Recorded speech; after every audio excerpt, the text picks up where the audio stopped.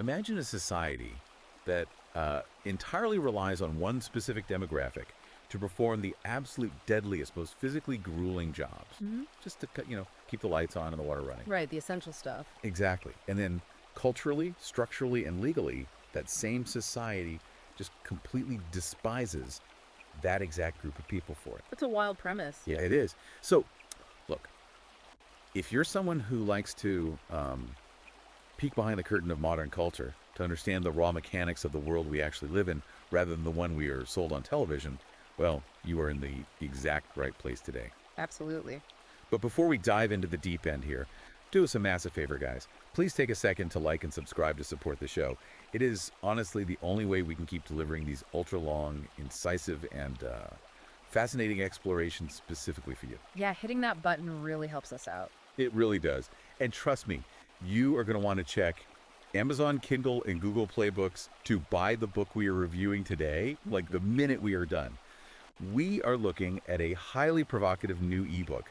It's titled Empathy Void: How Feminists Justify Cruelty and Cuckoldry Without Consequence.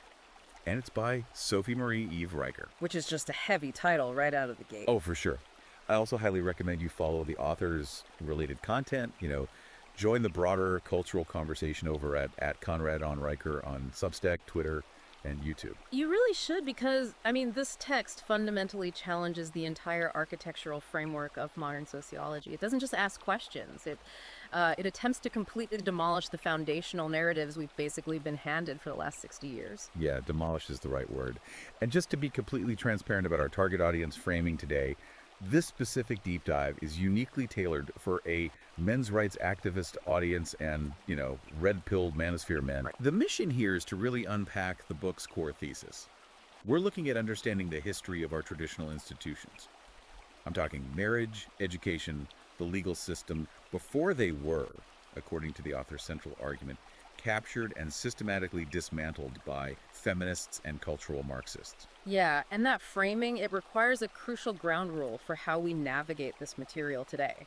Because listen, this book is a lightning rod. It really is. It contains highly politically charged, aggressive, and frankly uncompromising arguments. So we need to be explicitly clear to you, the listener, right now. Neither of us here is taking a side today. Exactly. Zero sides. Right. We are not endorsing these viewpoints, and we are not condemning them either. Think of us simply as your impartial guides.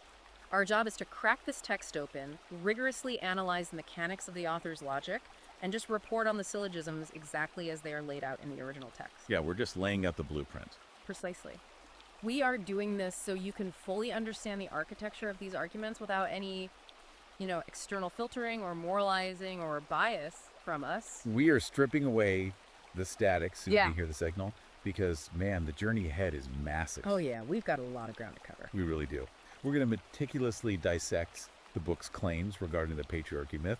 We'll break down the underlying economics of what the author calls the victimhood economy, examine some pretty heavy biological claims about a cuckoldry epidemic, and finally explore this proposed resurgence of masculine authority. A lot to unpack. So let's just jump in. The deep dive begins with the book's foundational premise, which attempts to entirely deconstruct what the text calls the grand illusion. Right, the grand illusion. Yeah. So the author's argument is that the patriarchy is not a historical reality. It's a fabricated myth, retroactively designed to weaponize female resentment. Which flips the whole script on how history is taught. It's exactly. According to this text, history is not a grim record of men maliciously enslaving women.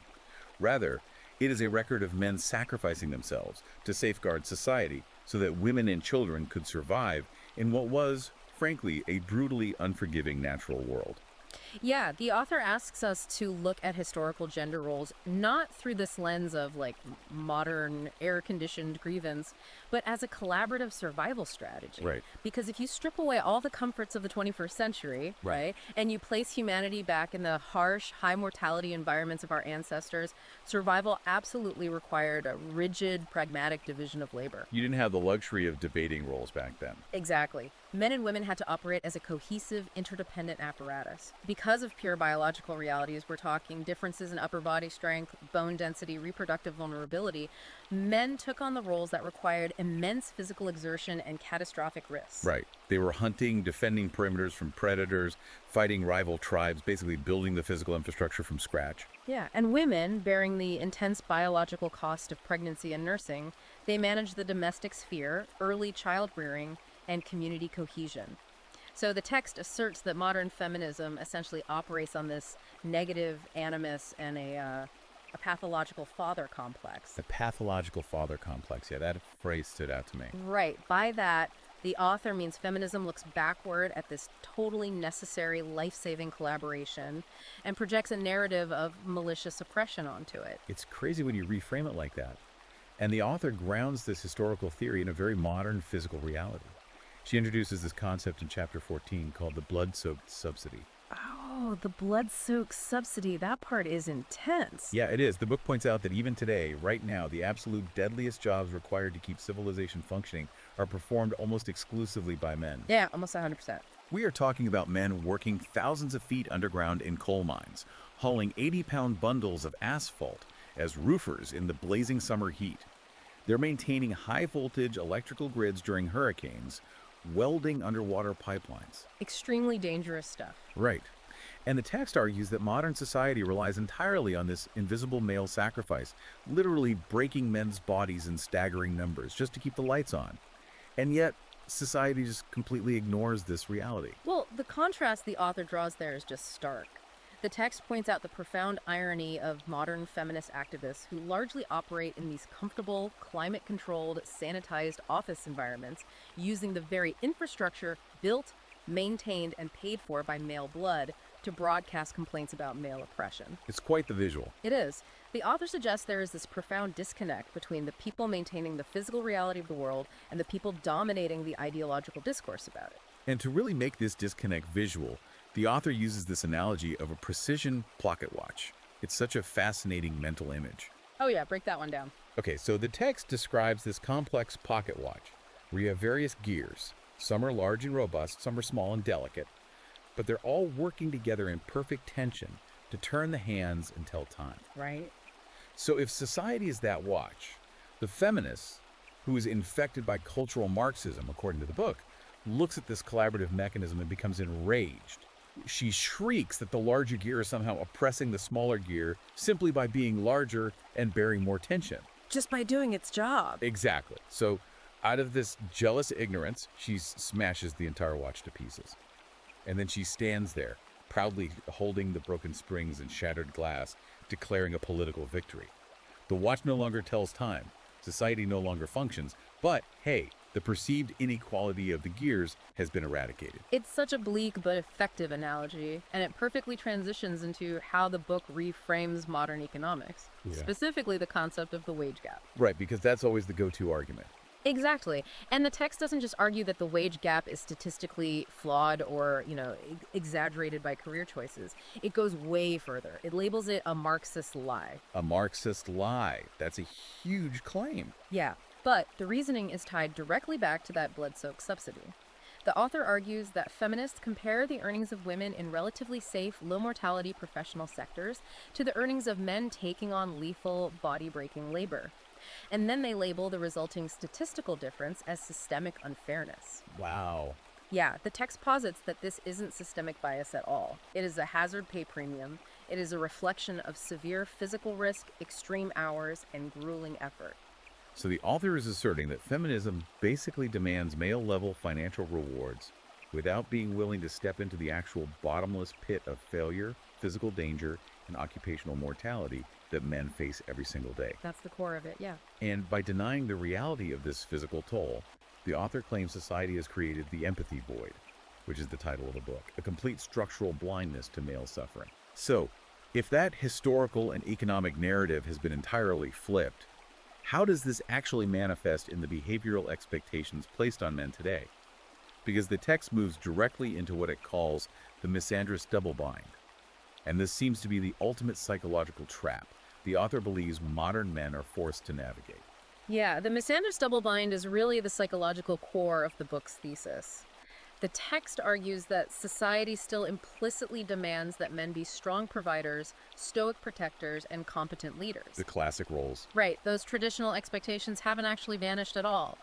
However, the moment a man exhibits that required strength, whether through boundary setting, asserting independence, or demonstrating traditional stoicism, he is immediately attacked by feminist culture for exhibiting toxic masculinity. It's like you can't win. You literally can't. The snare operates by simultaneously shaming a man for any lack of traditional masculinity while demonizing the very presence of it. Damned if you do, damned if you don't.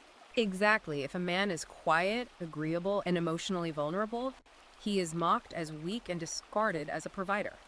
But if he is assertive, competent, and unyielding, he's branded a toxic predator. He is mathematically trapped in a game where every single move is penalized. And the author connects this double bind directly to what they term the economy of victimhood. The book argues that modern feminism has essentially militarized the female tear duct. Militarize the tear duct, yeah. Right. Professional damseling, basically the act of playing the victim, has been transformed into a highly lucrative, institutionalized component of the gross domestic product. And the underlying logic presented here really relies on understanding a Marxist cultural framework. In this framework, the author argues, victimhood is the ultimate societal currency. How so? Well, if an individual can prove they are oppressed by a dominant class, they instantly gain social capital. They get protection from criticism, financial resources, and institutional power. Therefore, women are economically, socially, and legally incentivized to mine their everyday lives for microscopic grievances or even invent them entirely. Because it pays out. Because the monetization of that grievance is practically guaranteed by the state and the media. And the book doesn't pull any punches when backing this up with real-world examples.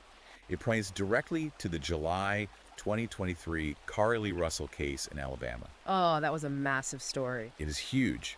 For context, for those who don't remember, this was the nursing student who abandoned her car on the interstate and allegedly faked her own kidnapping. She claimed she saw a wandering toddler on the highway. Right, and it completely blew up. Totally. This triggered a massive multi-agency police search. It mobilized the FBI, wasted countless taxpayer dollars, and completely dominated national news cycles. The author uses this incident to demonstrate the societal instinct to immediately believe, broadcast, and fund unverified female claims. Yeah, without any hesitation. Zero hesitation.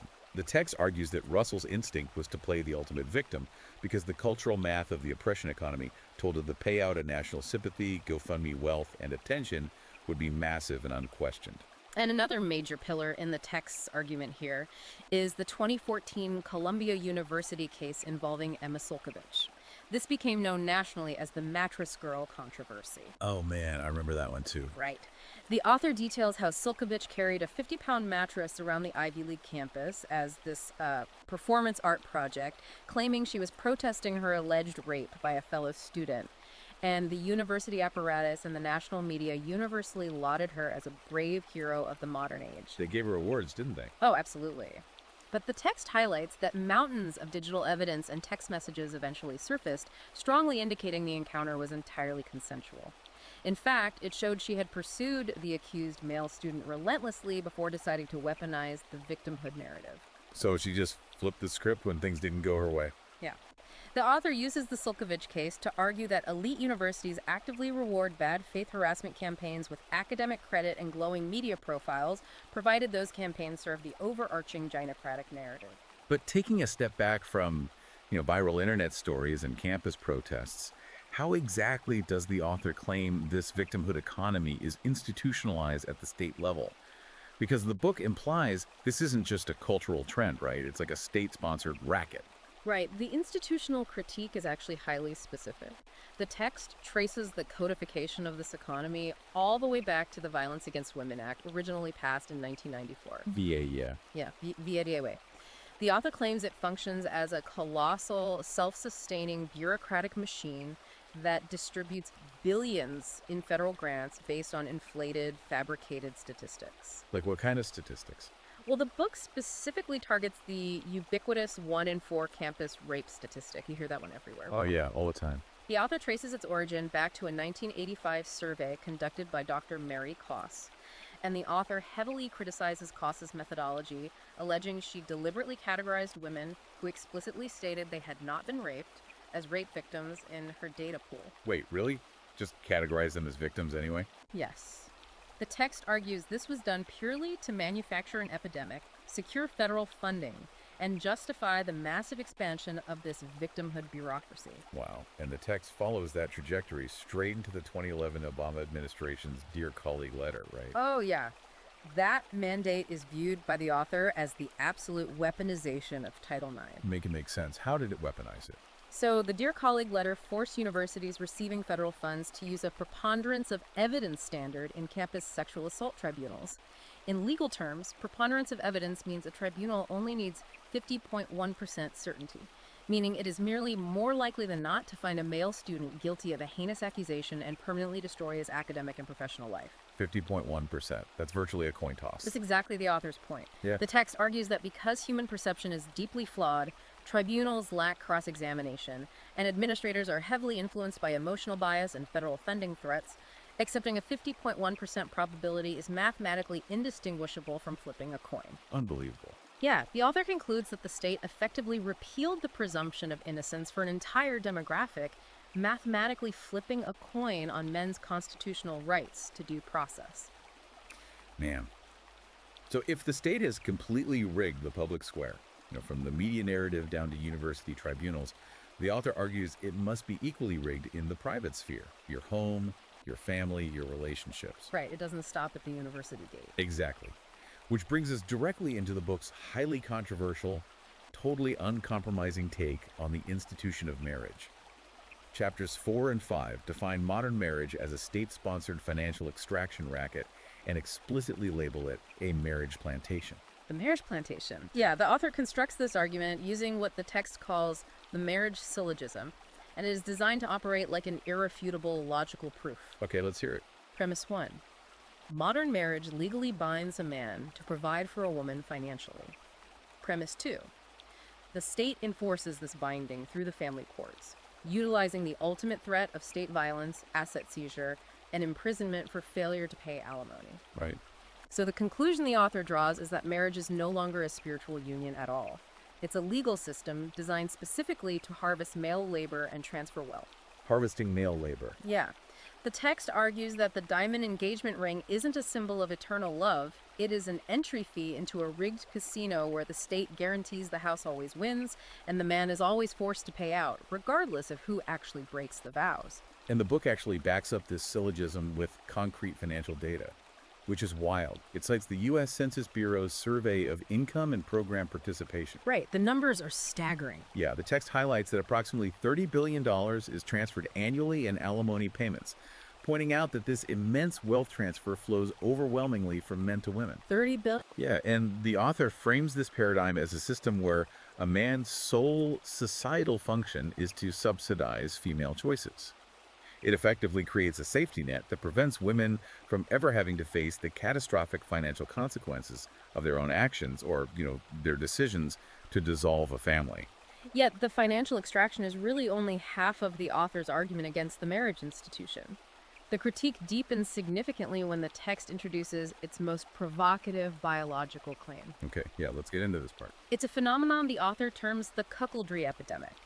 The book cites genetic studies suggesting a global non-paternity event rate of anywhere from 1% to 3% across various cultures. Meaning what, exactly? In practical terms, this implies that millions of men worldwide are unknowingly raising, loving, and financially supporting children who do not actually carry their DNA. Millions. And this is where the book heavily leans on evolutionary psychology to explain the mechanics of why this occurs, right? The text relies on concepts like the dual mating strategy and the ovulatory shift hypothesis. From a biological standpoint, how does the author explain this behavior? Right, so the text delves into evolutionary theory by asserting that women are biologically hardwired with two distinct and often competing reproductive desires.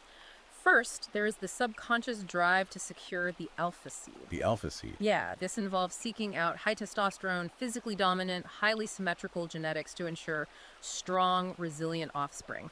However, primal aggressive traits do not necessarily correlate with long-term stability or provisioning. Right. The bad boy doesn't always stick around to pay the mortgage. Exactly. Therefore, the author argues women implement a pivot strategy. They utilize deceit to manipulate a compliant, socially submissive, higher-earning male into providing the beta bread. Alpha seed, beta bread. Yes. The beta bread being the long-term financial provisioning, physical safety, and social stability required to successfully raise that child in comfort. And the book frames this dynamic as the absolute apex of the empathy void. It bluntly labels it a biological Ponzi scheme. A biological Ponzi scheme, wow. Yeah, the author argues that when a woman tricks a husband into raising another man's genetic offspring, she is committing an absolute atrocity. She is stealing his genetic lineage, extracting his physical and financial labor for decades under false pretenses, and systematically destroying his psychological well-being. Which is devastating. Totally. And the text notes the glaring hypocrisy of a society that will ruthlessly prosecute financial fraud on Wall Street, but treats genetic fraud what the author considers the greatest tragedy a man can experience as trivial light entertainment for daytime television. Tried it out for laughs on the Maury Povich show. Right, the whole "you are not the father" spectacle. It's treated like a joke. And this naturally leads to the author's proposed solution to this biological and legal trap. The text demands a radical symmetry in reproductive rights. Radical symmetry. I like that phrasing. The author points out that women possess the right to abortion, a right the book harshly criticizes as the sacrament of the modern gynocracy, by the way, arguing it simply subsidizes female irresponsibility at the taxpayer's expense while completely absolving them of consequence. Right. However, the author argues from a standpoint of strict equality. If women have absolute bodily and financial autonomy to unilaterally opt out of parenthood, then men must possess unquestionable, mathematically equivalent rights. Make it equal. Exactly. So the text demands mandatory DNA testing at birth in all hospitals and the immediate legal implementation of legal parental surrender. This would be a formalized legal mechanism allowing a man to entirely opt out of financial slavery, surrendering all parental rights and financial responsibilities if he chooses not to be a father, perfectly mirroring the female right to choose. Wow. So if men are caught in a rigged public square, a rigged legal system, and trapped in what the author calls a rigged private marriage, the obvious question is, where does this ideological conditioning begin? Like, how do we arrive at a point where an entire society just accepts this matrix? It starts early, very early. Yeah, the book argues that conditioning begins in early childhood. The text claims that the educational system, from the very first days of elementary school all the way through elite university PhD programs, has been completely re-engineered. Rewired from the ground up. Basically, yeah. The author posits that modern schools exclusively favor female behavioral traits, such as passive compliance, sitting completely still, and agreeable socialization, while actively pathologizing and punishing natural male traits, which the book defines as high-energy, aggressive logical problem-solving, and a propensity for risk and physical innovation. Right, and to illustrate this suppression, the text brings up a highly specific, vivid anecdote that really captures the absurdity of the modern classroom. Oh, the Pop-Tart thing. Yes, the Pop-Tart thing. The author points to a real incident from 2013 in Maryland where a 7-year-old boy was officially suspended from his elementary school. A 7-year-old? Yeah. And his offense, he was eating a strawberry Pop-Tart, bit it into a shape that somewhat resembled a mountain, and a teacher hysterically claimed it looked like a gun. A 7-year-old suspended over the shape of a breakfast pastry. It sounds like a parody, honestly, but the author uses this incident to prove a deeply serious point. Modern schools are terrified of and actively pathologize normal boyhood. Exactly the author's point. The text argues that instead of recognizing and rewarding male physical energy, spatial awareness, and the natural desire for rough and tumble play, the gynocratic school system labels these evolutionary behaviors as a disorder. Right, they slap a label on it. They classify natural boyhood as ADHD. And the author claims that the educational system then partners with the medical industrial complex to literally drug these young boys with amphetamines, forcing them into compliant, manageable submission so they fit neatly into a female-oriented learning environment. That is heavy. And when those boys survive that system and eventually arrive at college, the book claims the environment becomes even more hostile. The modern university is described not as an institution of higher learning, but as the supremacist factory and a financial plantation. A financial plantation? Yeah. The text argues that young men are taking on massive debt, paying exorbitant tuition just to sit in lecture halls and be psychologically castrated by cultural Marxist professors who explicitly teach them that their natural masculinity, their history, and their biology are inherent diseases. And the author points out the structural changes in academia to support this.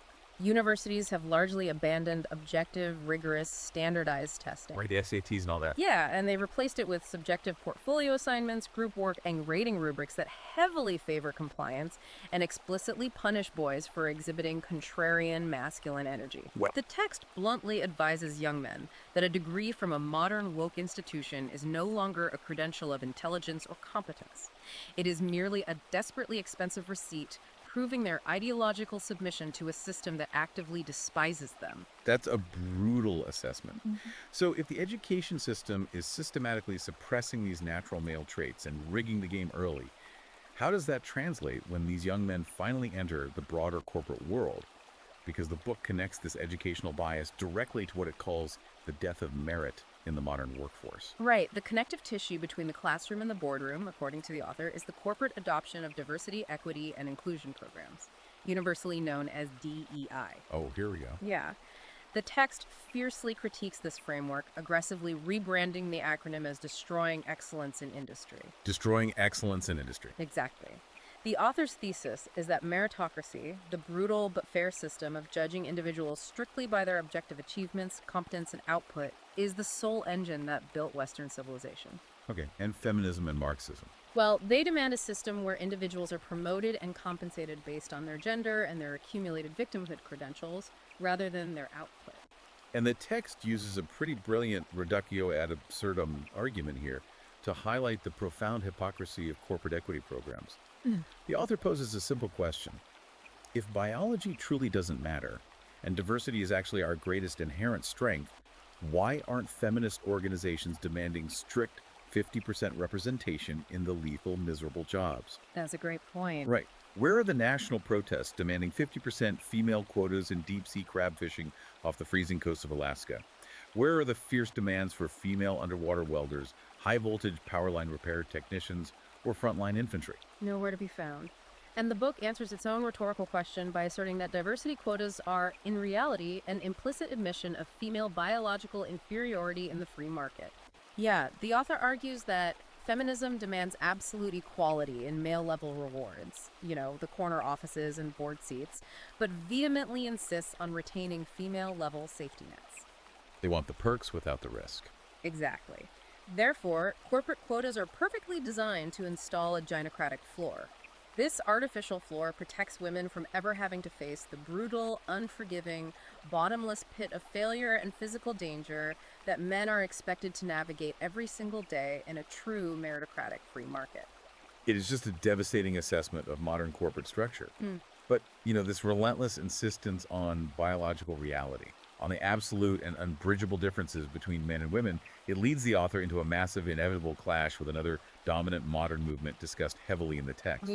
Yes. The book dedicates an enormous amount of space to exploring the transgender Trojan horse and the resulting concept of intersectional collapse. Right, so the text argues that intersectionality and queer theory are entirely built upon the blank slate fallacy. Which is what exactly? This is the sociological concept insisting that men and women are psychologically and physically identical at birth, and that all observable differences in behavior, aptitude, or preference are entirely shaped by oppressive societal socialization. Basically saying biology plays no role. Right. And the author asserts that by pushing this biological delusion, feminism has inadvertently birthed a Trojan horse that is currently destroying their movement from the inside out. Yeah, the author points out the incredible, almost cosmic irony of this situation. I mean, think about it. Radical feminists spent the better part of 50 years viciously tearing down traditional gender roles, claiming that the differences between men and women were just arbitrary, oppressive social constructs designed to keep women out of power. Yes. And now the text notes biological men are utilizing those exact same theoretical arguments, the very arguments feminism invented to effortlessly enter female spaces, utilize female facilities, and absolutely conquer and dismantle female athletics. It's incredible to watch. The author views this cultural collision as the purest manifestation of poetic justice.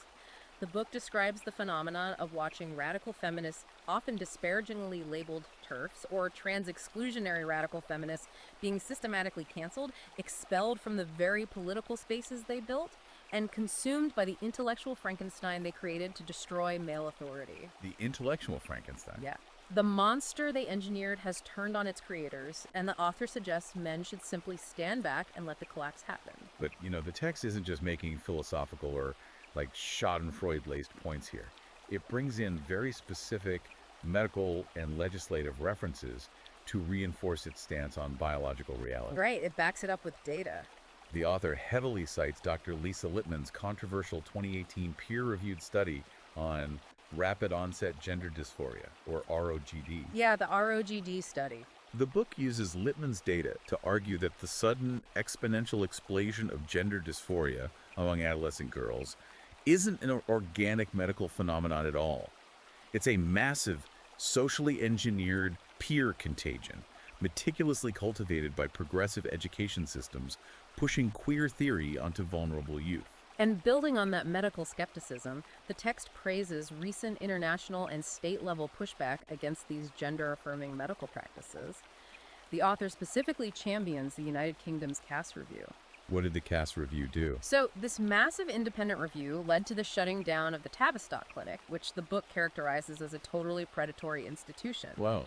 The author argues the Cass Review proves the global medical establishment is finally recognizing the catastrophic, irreversible, long-term mental and physical health outcomes of these experimental procedures on minors. And domestically. Domestically, the book cites the Arkansas Save Adolescents from Experimentation Act of 2021 as the gold standard legislative model.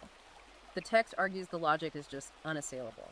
Well, if a child is deemed legally incapable of signing a binding financial contract, purchasing a pack of cigarettes, or getting a tattoo, they fundamentally lack the cognitive maturity to consent to permanent, life-altering, irreversible surgeries and chemical sterilization.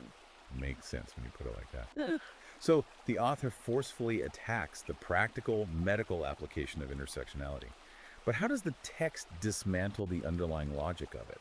Because the author describes intersectionality not as a civil rights movement, but as a zero-sum hate ideology and a rigid oppression pyramid. Right, the oppression pyramid. How does the text prove this intricate matrix inevitably collapses on itself? The author uses a brilliantly simple, logical puzzle to demonstrate the absolute bankruptcy of what they call the oppression Olympics scoring system. Let's hear the puzzle. The text asks the reader to imagine a public debate between a wealthy, able-bodied, Ivy League-educated black woman and a severely disabled, low-income, high school dropout white man. Okay, quite the contrast. Exactly. The author points out that the left-wing intersectional matrix completely short-circuits here. It cannot mathematically compute who holds the moral high ground in this scenario. Because their checkboxes clash. Right. Does her historical racial oppression automatically outrank his very immediate, crippling physical and economic oppression?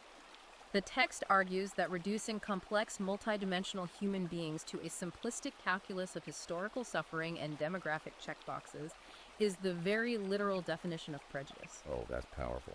It proves the matrix collapses because authentic human value and individual struggle simply cannot be measured by a bureaucratic checklist of grievances.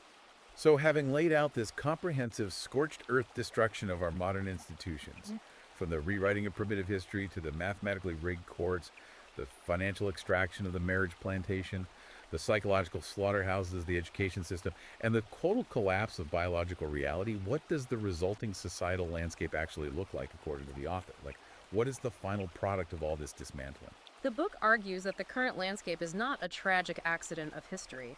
It is the successful execution of a plan. A plan. Yeah. The text claims that feminism, heavily backed by the cultural Marxism developed by the Frankfurt School, set out with one highly specific goal: to destroy the nuclear family. Just completely dismantle it. Right. The architects of this critical theory realized they couldn't win a traditional economic class war in the prosperous West, so they manufactured a cultural gender war. The goal was to push women out of the home, sever the reliance on the male provider, destroy traditional stabilizing values, and render women entirely dependent on the corporate state and government welfare apparatus. And the statistics the author marshals to describe the fallout of this strategy, what the book calls the fatherless wasteland, are incredibly grim. The text cites massive sociological data indicating that children raised in fatherless homes account for 85% of youth in prison, 71% of high school dropouts, and 63% of youth suicides. Those numbers are just heartbreaking. They really are. And the author emphasizes that these aren't just sterile numbers on a page. They are the catastrophic bleeding results of the empathy void. They prove conclusively that when you legally and culturally remove the grounding, disciplinarian, protective force of a biological father from the home, society rapidly decays into violent chaos. And to give this modern sociological decay a sense of historical weight and inevitability, the author draws a chilling parallel to antiquity. Oh, the Rome comparison. Yeah, the Rome comparison. The text compares the modern progressive welfare state directly to the Roman Empire's cura annone, which was the state-sponsored grain dole. Right. The author argues that in Rome, just as in the modern West, when the government forcefully steps in to replace the husband and father as the ultimate financial provider, it creates a weak, dependent, atomized populace. Everyone just relies on the state. Exactly. The text issues a dire warning. Once you invite the state into the living room to manage the family structure, the civilization will inevitably collapse under the crushing weight of its own impossible gynocentric promises. Exactly as Rome fell when the producers could no longer subsidize the consumers. So, if the system is this comprehensively stacked against men, if every institution from the classroom to the courtroom is rigged, and the historical trajectory points straight toward civilizational collapse, what is the author's prescriptive solution? Does the text offer a tangible way out for the men reading it, or is it just a documentation of defeat? No, the text absolutely offers a way out. It's outlined aggressively in the final chapters. The author calls for a total, unapologetic ideological withdrawal from what they term the simplantation mindset. The simplant. Yes. The prescriptive solution offered is not negotiation, it's not compromise or political reform. It is a hardline, individual rejection of the terms of service. It's unplugged completely. Basically. Men are instructed to immediately cease apologizing for their natural biology, their aggressive instincts, and their financial earnings. They are told to flatly refuse to attend corporate DEI re-education seminars that require them to confess their testosterone as a sin. Wow. And most importantly, men are urged to aggressively and permanently opt out of the Privilege Olympics entirely, refusing to play a rigged game where the rules are mathematically engineered to guarantee their destruction. The author's ultimate call to action is for men to reclaim their masculine birthright, leading to a movement the book calls the resurgence. The resurgence. Yeah. The text grounds this resurgence in evolutionary psychology, asserting that men must stop viewing themselves as defective, broken women. Instead, they must recognize themselves as the fundamental load-bearing walls of the human structure. The load-bearing walls, I love that. Men are the kinetic force that clears the forests, builds the skyscrapers, and runs headfirst into burning buildings. They must reclaim the dignity of that reality. And as the vanguard of this resurgence, the author outlines a highly specific, fiercely aggressive legal counterstrike designed to fix the fundamentally broken justice system. The text calls this legal philosophy the symmetry of justice. Symmetry of justice. Yeah, and the argument is brilliantly simple in its raw mathematical logic. The author states that if a crime, such as sexual assault, carries a penalty of 10 years in state prison, then a false accusation of that specific crime is not a misdemeanor. Right. It is an act of malicious weaponization of state violence intended to destroy life. Therefore, the symmetry of justice demands that the proven false accuser must face the exact same 10-year prison sentence that the accused would have faced. Perfect mathematical legal symmetry. Okay, I have to push back on that, or at least voice the immediate objection the author surely anticipates. The standard counter-argument from the legal establishment, victim advocacy groups, and feminists is always, doesn't punishing false accusers with such severe mandatory sentences terrify and deter real victims from coming forward to report actual crimes? The author anticipates that exact pushback and fiercely rejects the logic. She categorizes it as a vile, irrational lie designed to protect female privilege. How so? The text counters this objection with a devastating legal analogy. The author argues that claiming we shouldn't prosecute false accusers because it might scare real victims is exactly like arguing we shouldn't heavily prosecute insurance fraud because honest people might become too afraid to buy car insurance. Oh, that makes a lot of sense. Right. The text insists that rigorously enforcing perjury and prosecuting malicious lies does not victimize the truthful. It is the only way to protect the integrity of the entire justice system. The author's final, uncompromising point on this matter is just a hammer blow. The only people who fear a law against lying are liars. Man, that is an uncompromising, aggressive, and frankly unforgettable conclusion to a deeply controversial text. The book leaves absolutely no middle ground for the reader to hide in. None at all. And as we wrap up this massive deep dive, I want to leave you, the listener, with a final provocative thought to mull over. It builds directly on the source material we've just unpacked, specifically the author's concept of the blood-soaked subsidy. Oh, this is a good one to end on. Yeah.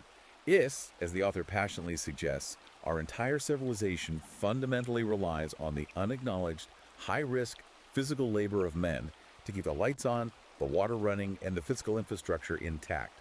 What happens to a society if the total withdrawal, the physical strike the author calls for, actually happens? If they really just walk away. Exactly. If the men who maintain the high voltage grids and weld the municipal pipelines decide to fully opt out of a society they feel structurally despises them, can an intersectional ideology fix a collapsed power grid? Can a university sociology department repair a burst municipal water main? It's a chilling question about the physical realities that underpin all of our theoretical debates. It really is. If you found this rigorous breakdown of the manosphere and men's rights perspective fascinating, if you want to read the raw, unfiltered arguments for yourself, you need to go to Amazon Kindle and Google Playbooks right now and buy Empathy Void. It is absolute essential reading for anyone trying to understand the deep intellectual architecture and the rapidly growing momentum of this cultural movement. I couldn't agree more. And be sure to follow the author's broader work, engage with the ideas, and join the cultural conversation at Conrad and Riker on Substack, Twitter, and YouTube. Highly recommend checking that out. Thank you so much for joining us on this extensive, uncompromising exploration of a highly controversial text. Don't forget to like and subscribe to the show, and we will see you next time.